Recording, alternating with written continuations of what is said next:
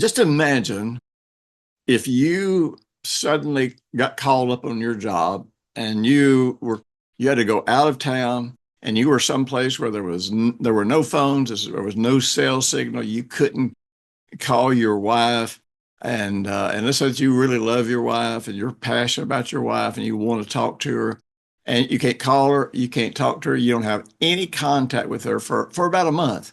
And so you finish up that job and you come home. And if you're not married, maybe you come back home and you go see your girlfriend, whether it's your wife or whether, whether it's a best friend or whether it's a girlfriend, it's somebody that you just love to be with and you're just looking forward to seeing again. So let me ask you this.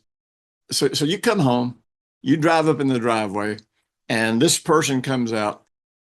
What is your first feeling? What's your first emotional feelings you're going to have when they come out?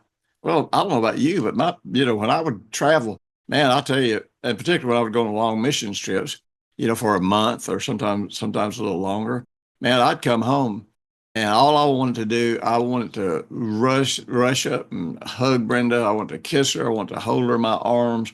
Man, I wanted to be close to her. I wanted to spend time with her. And all I could really think about was the fact that I was going to get to be with her, that I was not going to be missing her. I wasn't going to be lonesome anymore. So I want you to think about that story. I want you to kind of hold that story in your mind. And then I want to read this story to you from the Bible about when Peter actually has his first connection with Jesus after the crucifixion. So Jesus, they cooked some fish together. And in John 21:15, it says, so when they had finished eating breakfast, Jesus says to Simon Peter, Simon, son of Jonah, do you love me more than these? And when he says love me more than these, he's saying more than these other guys. And so evidently, Peter was like, man, I love you more than anybody around here. I will do anything for you. I will lay my life down for you.